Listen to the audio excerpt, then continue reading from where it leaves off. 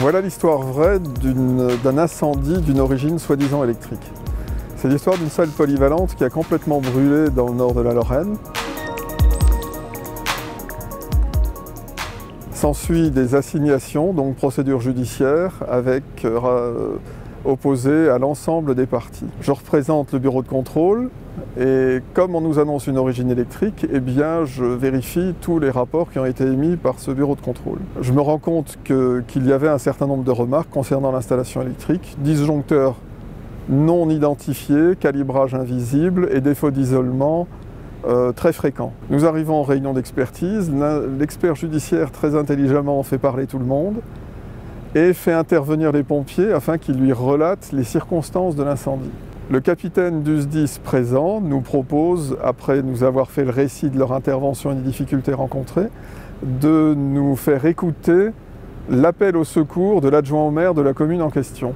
L'expert accepte bien évidemment. Nous recevons un CD qui récapitule cet appel au secours et nous le commentons à la réunion suivante. Et là, surprise générale, eh bien, on entend la personne qui appelle les pompiers dire tout simplement, en répondant à comment s'est passé cet incendie, eh bien, le moniteur de sport qui voulait couper des fils en polyéthylène avec son briquet a malencontreusement mis le feu à l'ensemble de la bobine, a laissé tomber la bobine qui s'est trouvée dans un local rempli de maillots pour le football, des maillots en polyéthylène qui ont mis feu à l'ensemble de cette salle.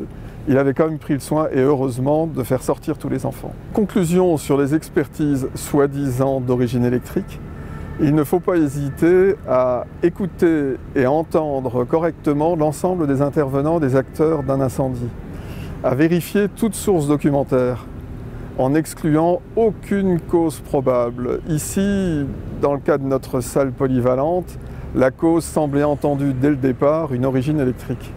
Au final, on s'est rendu compte que c'était tout simplement une cause humaine, non pas par malveillance, mais par inadvertance, par inattention.